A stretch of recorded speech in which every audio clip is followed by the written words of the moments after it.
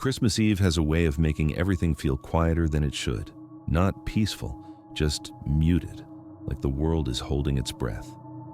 That night, the snow started falling before sunset, thick and steady, the kind that erases sound and softens edges.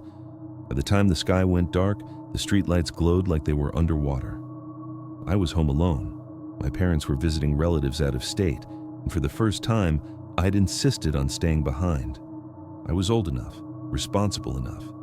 At least that's what I told them. In reality, I just wanted one quiet holiday to myself. No forced conversations, no crowded living rooms, no pretending everything felt normal. The house was old but familiar. I'd lived there most of my life. 2 stories, creaky stairs, drafty windows, and a front door that always stuck unless you lifted it just right. I locked it out of habit, even though our neighborhood was considered safe. Suburban, calm. The kind of place people let their guards down.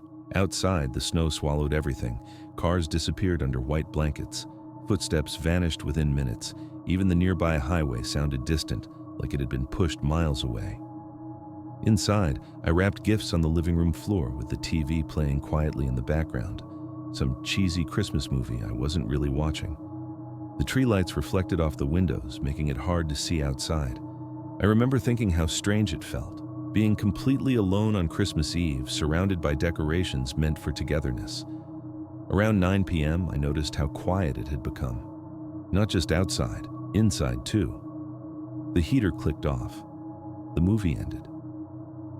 I sat there listening to the soft hum of electricity and the occasional pop of the house settling.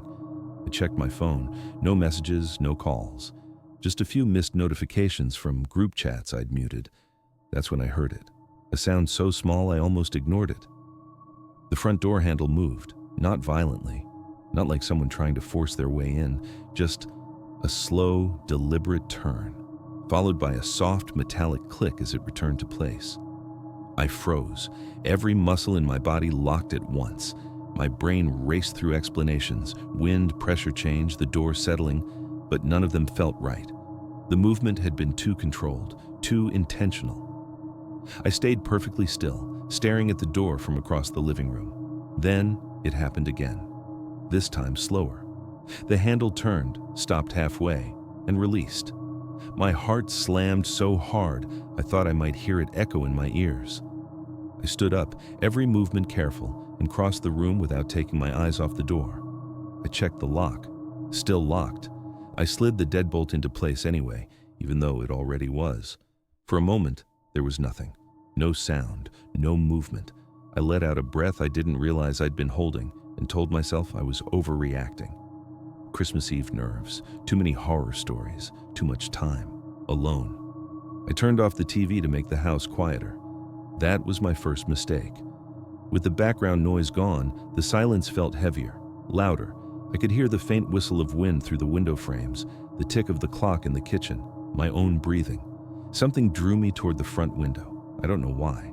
Curiosity maybe, or instinct. I pulled the curtain back just enough to peek outside. The porch light illuminated fresh snow and footprints. They were deep, uneven, clearly human. Heavy boots. They led straight up to my front door and stopped. There were no footprints leading away. My stomach dropped. I scanned the yard, the street, the neighboring houses. Nothing moved. No headlights, no figures, just snow falling steadily, erasing the world one layer at a time. Whoever had been there was close, very close. I backed away from the window and locked every door and window in the house, even the ones upstairs. I turned off all the lights except for the tree, hoping it would make the house look occupied without revealing my movements. I considered calling the police, but what would I say? Someone turned my door handle, footprints in the snow. I worried I'd sound paranoid. I grabbed a kitchen knife and sat on the couch, facing the front door. Minutes passed. Then an hour. Just as my nerves started to settle, I heard footsteps on the porch. Slow, heavy, crunching snow. They stopped right outside the door. I didn't move. I barely breathed. The door handle turned again. This time, it rattled slightly, like whoever was holding it was testing the resistance. The deadbolt held. The handle released. I expected banging, yelling, something. Instead, I heard a voice, soft, calm, almost polite.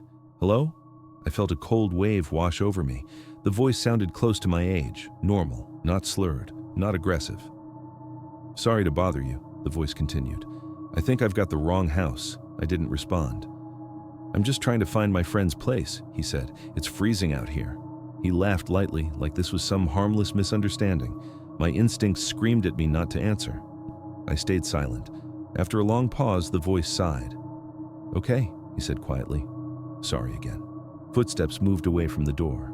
I waited, counted my breaths, listened as the steps faded into the snow. When I finally looked out the window again, the footprints were gone, covered completely. I stayed awake all night. I sat with my back against the couch, knife in my hand, jumping at every sound. Around dawn, exhaustion finally won.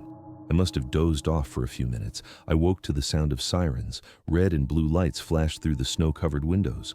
I ran outside in my pajamas, heart pounding, and saw police cars parked down the street. My neighbor stood on his porch talking to an officer. When he saw me, his face went pale. "They caught him," he said quietly. "Caught who?" I asked.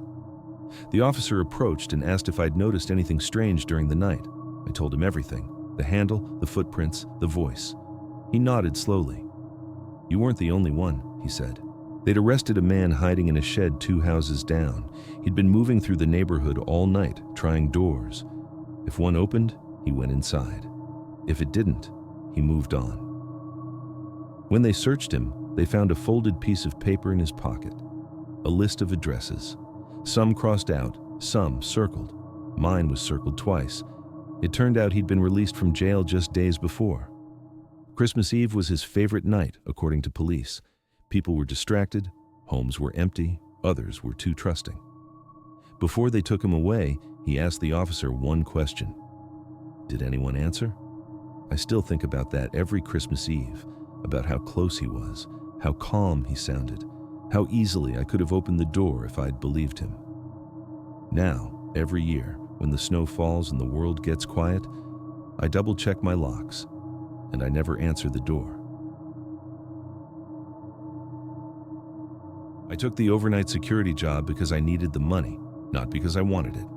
It paid better than daytime shifts, and most nights were quiet enough to feel like free cash. Walk the halls, check the doors, watch cameras, drink bad coffee, go home. The church was small but old. Brick exterior, tall narrow windows, wooden pews worn smooth by decades of hands and coats. During the day, it felt warm and welcoming. At night, it felt hollow. Every sound traveled farther than it should have. Christmas Eve was always the longest shift of the year. Services ended late and people lingered. Families took pictures by the tree. Kids ran through the aisles while parents tried to keep them quiet. The building stayed alive until almost midnight. By 12:30 a.m., everyone was gone. The last volunteer waved goodbye, and the heavy doors shut with a deep echo that lingered in the air. I locked them, checked the side entrances, and started my routine. Lights were dimmed but not fully off. Christmas decorations were everywhere. Garlands, wreaths, poinsettias, strings of warm white lights. The nativity scene sat near the altar. It was old, carved wood, passed down through generations. Mary, Joseph, shepherds, animals, and the baby Jesus in the manger. The staff took it seriously. Every piece had a place. No one touched it once it was set. Around 1:45 a.m., the building settled into silence. I sat in the security office watching the camera feeds. Most of them showed nothing but empty hallways and still rooms. Snow had started falling outside, thick enough that even the parking lot lights looked hazy. At 2:07 a.m., a motion alert flashed on the screen. Sanctuary. I leaned forward, eyes locked on the monitor. The camera showed the front of the church, pews lined up neatly, altar lights glowing faintly. Nothing moved. I checked the timestamp again. The alert was real. Motion sensors weren't perfect, but they rarely triggered without reason. A mouse maybe, heating system shifting. I told myself that as I grabbed my flashlight and radio. Walking into the sanctuary at night felt different than during the day. The ceiling seemed higher, the shadows deeper. My footsteps echoed softly as I moved down the center aisle. Everything looked normal. At first, then I noticed the nativity scene. The manger was empty. I stopped walking. The baby Jesus figurine was gone. I knew it hadn't been moved earlier. I'd checked the sanctuary before midnight like always. The scene had been complete. I swept the area with my flashlight, checking behind the altar, under pews, along the walls. Nothing. No figurine. No broken pieces. My skin prickled. I radioed in, reporting a possible disturbance, but the dispatcher sounded half asleep and told me to keep checking. I turned to leave. That's when I heard something behind me. A soft scraping sound, wood against wood. I spun around, heart hammering. The baby Jesus figurine was back in the manger, perfectly placed, facing directly toward the aisle, facing me. I stood frozen, trying to make sense of what I was seeing.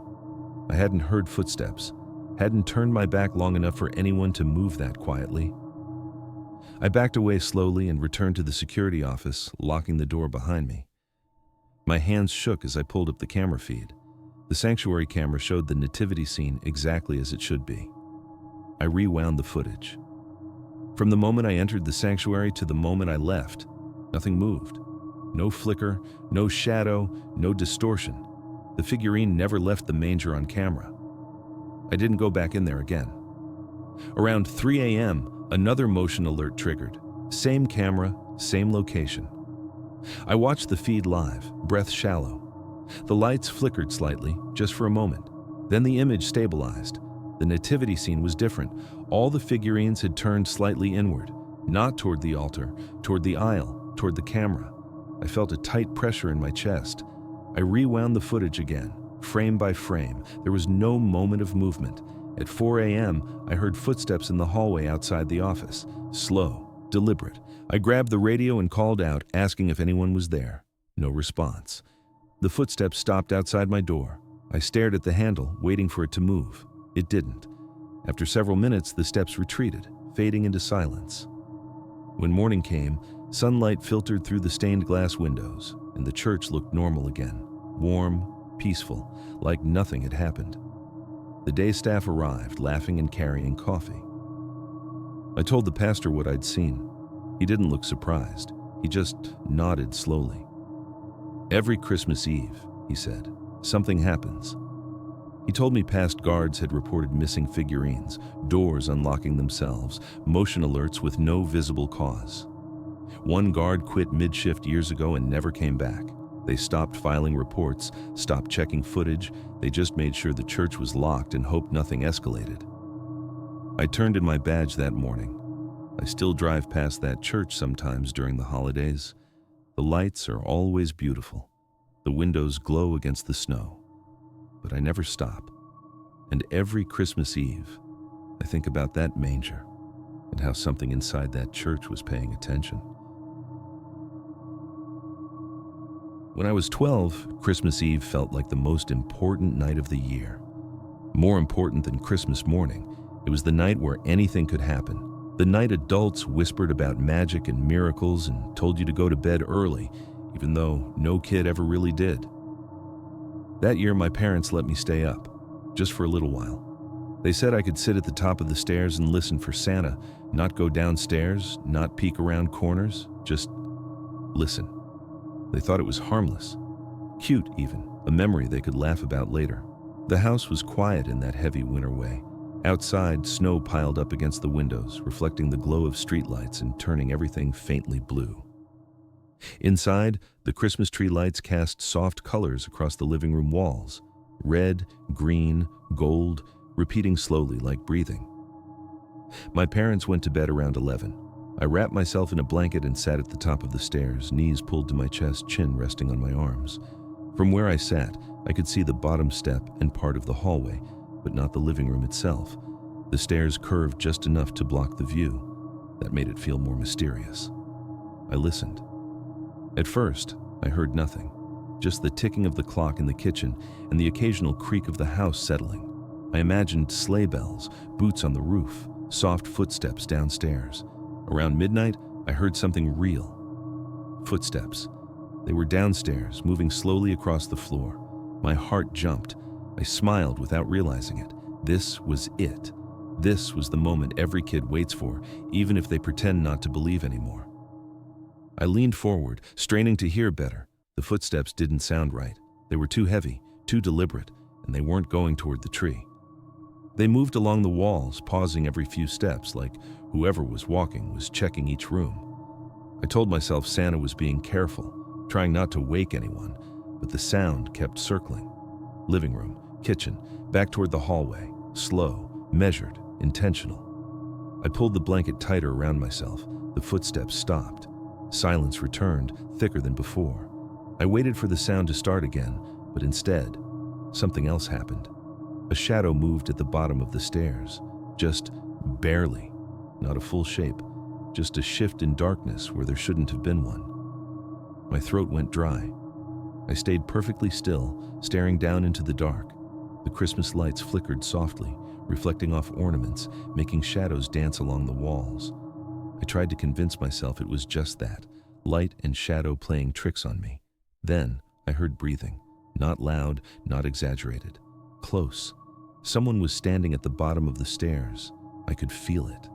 That instinctive certainty that kicks in before your brain catches up, the kind that makes your skin prickle and your stomach sink.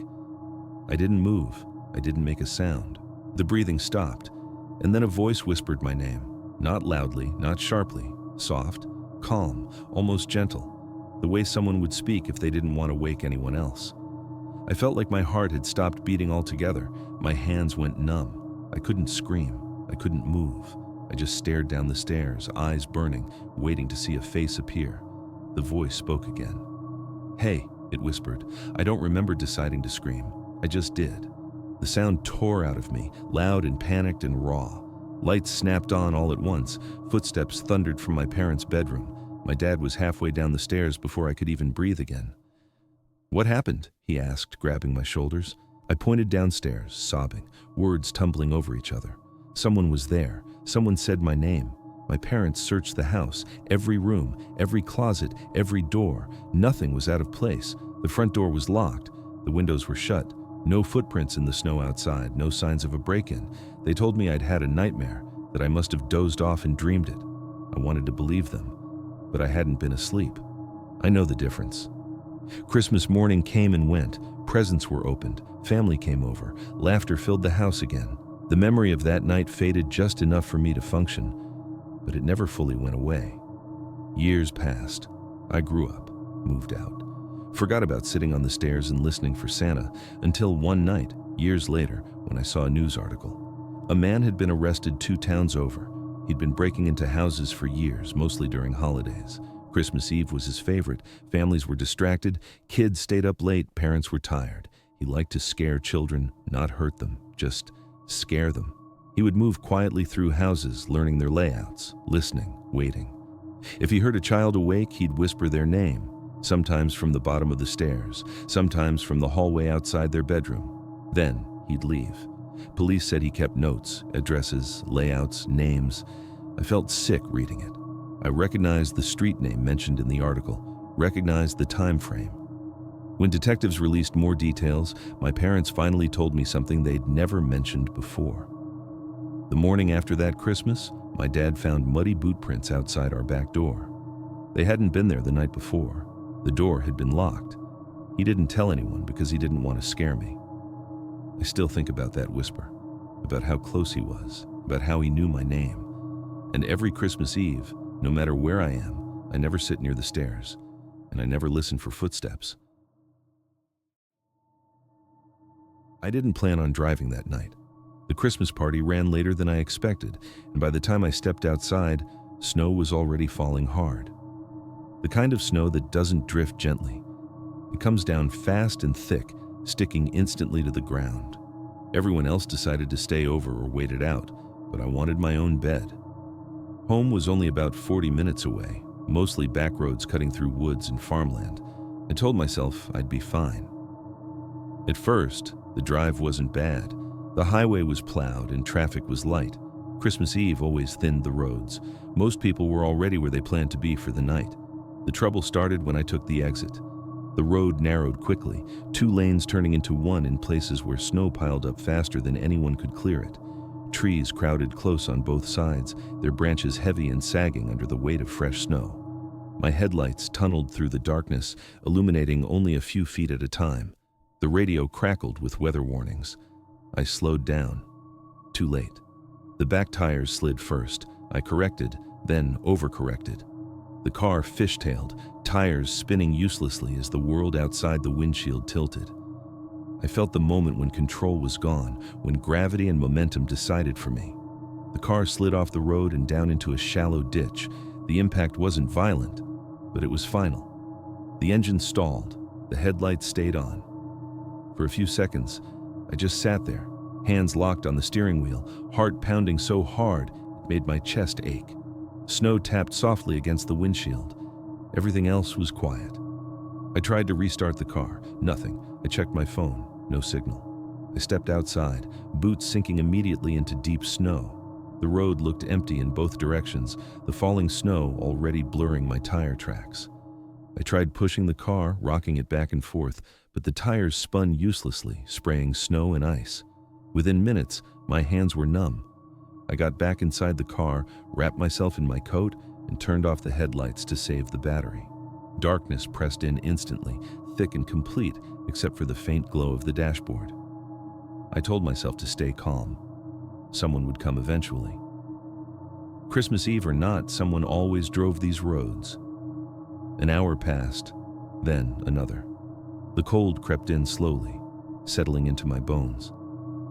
I turned the car on briefly to run the heater, then shut it off again, afraid of draining the battery completely. That's when I saw headlights. They appeared behind me, diffused by the falling snow, growing brighter as they approached. Relief flooded through me so hard, I almost cried. I stepped out of the car and waved my arms. The vehicle slowed and pulled over behind me. It was a pickup truck, older, dark-colored, no visible company logo. The engine idled low and steady. The driver's window rolled down, and a man leaned across the seat to look at me. He was probably in his 30s or 40s. Beanie pulled low, scruffy beard. He smiled easily. "Looks like you slid off," he said. His voice was calm, friendly, normal. I nodded, explaining what happened, apologizing like it was somehow my fault for inconveniencing him. He listened patiently, nodding, glancing at my car. "I can give you a ride," he said, "or we can try to pull you out. Up to you." I hesitated. Something about accepting rides from strangers had been drilled into me since childhood, but the cold was biting and the road was empty. He didn't seem threatening, just ordinary. "I think the car's stuck," I said. "A ride might be better." "No problem," he replied quickly. "Hop in, it's warm." I walked toward the passenger side of his truck, snow crunching under my boots. The door opened easily. Before getting in, I glanced into the back seat. That's when I saw the rope, coiled neatly, thick, the kind you'd use for towing or restraining something heavy.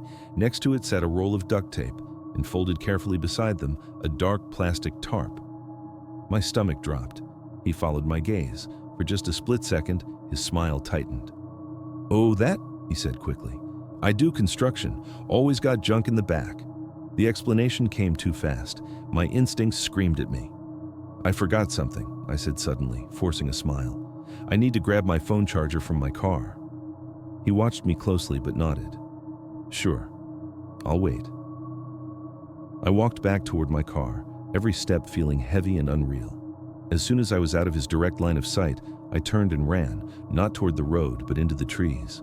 Branches whipped at my face as I plunged into the woods, snow swallowing my footsteps almost instantly. I didn't stop until my lungs burned and my legs shook. I crouched behind a fallen tree, pulling my coat tight, trying to make myself as small as possible. From where I hid, I could still see the road through the trees. The pickup truck sat there, engine running. Minutes passed. The driver stepped out. He stood by the truck, scanning the road, then the woods. Even from a distance, I could feel his attention searching, calculating. He called out once, my name, because I'd told him earlier. No friendliness in his voice now, just irritation. He walked toward my car, looked inside, then back toward the trees. I held my breath, praying he wouldn't follow my tracks. Snow kept falling, erasing everything. After what felt like forever, he got back into the truck. The headlights stayed on, the engine kept running. I stayed hidden, teeth chattering, muscles cramping, watching that truck like it was a predator waiting for prey to move. Nearly 2 hours passed before the headlights finally shifted. The truck pulled away slowly, disappearing into the snowstorm. I didn't move for another hour. Eventually, a plow came through, followed by a state trooper. They helped get my car out and drove me home. I told them about the truck, about the rope, the tape, the tarp. Their expressions changed immediately. The next day, police contacted me. A woman had gone missing from a nearby town earlier that evening. Her car was found abandoned on a rural road. Witnesses reported a pickup truck matching the one I described. They never found her.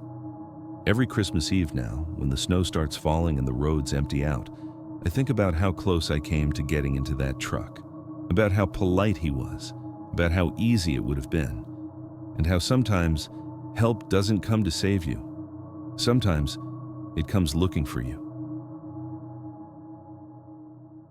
My grandmother had a lot of rules.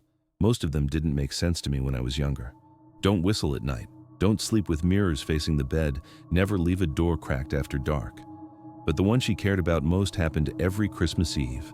A candle in the front window, not decorative, not electric, a real candle. She said it was tradition, said her mother did it, and her mother before that.